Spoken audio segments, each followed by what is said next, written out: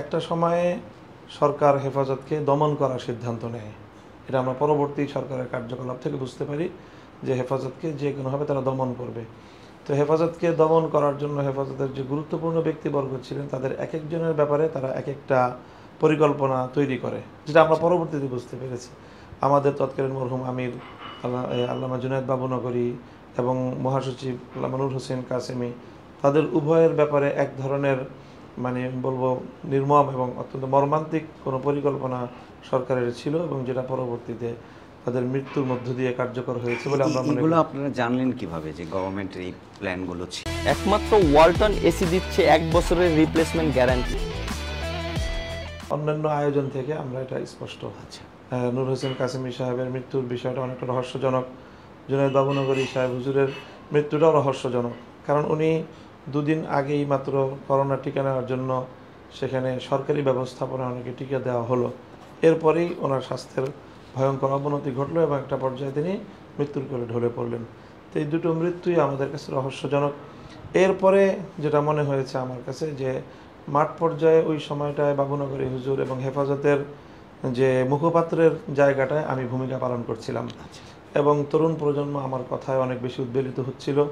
সেই জায়গাটায় সরকার তার জন্য চ্যালেঞ্জ হিসেবে নিয়েছে, এবং সেই হেফাজতকে দমন করার জন্যই মূলত হেফাজত এবং ইসলামী শক্তিকে দমন করা, ইসলামী শক্তির এই যে উচ্ছ্বাস এবং ইসলামী মুসলিম জনতার, ইসলাম প্রিয় বিশেষ করে যুব প্রজন্মের তাদের যে বিপুল একটা মাঠে ময়দানে সরব উপস্থিতি, এটাকে সরকার একটা চ্যালেঞ্জ হিসেবে নিয়েছে, এবং নিয়ে সেটাকে দমন করার জন্য তারা ব্যক্তিগতভাবে আমাকে টার্গেট করে, এবং আমাকে টার্গেট করে আমাকে হেয় প্রতিপন্ন করা সহ জনবিচ্ছিন্ন করার ক্ষেত্রে যা যা করার সকল অত্যন্ত নির্লজ্জ এবং খুবই ভয়ঙ্কর পরিকল্পনা তারা আমাকে নিয়ে সাজায়, যেটা পরবর্তী ঘটনার ধারাবাহিকতায় আমাদের কাছে স্পষ্ট। এইভাবে আমি গ্রেফতার হলাম 2021-এর 18 এপ্রিল। এরপরে সেখানে 3 এপ্রিল আপনার বিরুদ্ধে মামলা হয়েছিল? না, মামলা হয়েছে আরও পরে। আমি 3 এপ্রিল আমার সোনারগাঁয়ে রয়্যাল রিসোর্টে আমার উপরে হামলা হয়। এরপরে 15 দিন পর 18 এপ্রিল গ্রেফতার হয়। এরপরে ধারাবাহিকভাবে আমার বিরুদ্ধে ওই বিষয়টাকে আপনি একটু বলবেন যে আসলে মানে এই সোনারগাঁয়ের বিষয়টাকে এভাবে দেখানো হলো কেন? মানে আপনি এখন কি ফিল করেন, বা তখনও আপনি তখনও এবং সেটাই তখনও যেটা বলেছি এখনও সেটাই বলছি যে তারা আমাদের ইসলামী নেতৃত্বকে মানুষের সামনে আমাদের চরিত্র হনন করাটাই ছিল তাদের উদ্দেশ্য।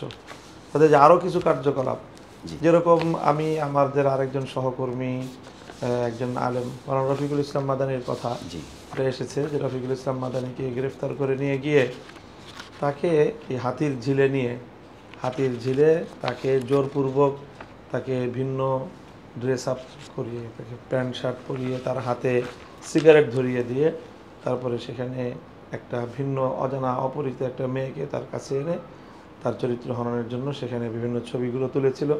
সেটা যদিও পরবর্তীতে তারা সেইভাবে সেটাকে আর এই মিডিয়ার সামনে আনে নাই, কিন্তু ইদানিং দেখা যাচ্ছে সেখানকার বেশ কিছু ছবি তারা বিভিন্ন মাধ্যমে তারা সেগুলোকে সামাজিক যোগাযোগ মাধ্যমে সেগুলো ছড়িয়ে দেওয়ার আয়োজন করেছে। অর্থাৎ তাদের পূর্ণ আয়োজনটাই ছিল ইসলামী নেতৃত্বকে মানে তাদের চরিত্র হনন করা, তাদেরকে ঘায়েল করা, এই ঘায়েল করার মধ্য দিয়ে আমাদেরকে জনবিচ্ছিন্ন করা এবং আমাদের মাঠ পর্যায়ের যে জনশক্তি তাদেরকে কোণঠাসা করে দেয়া, চুপসে দেয়া, এটা ছিল সরকারের টার্গেট।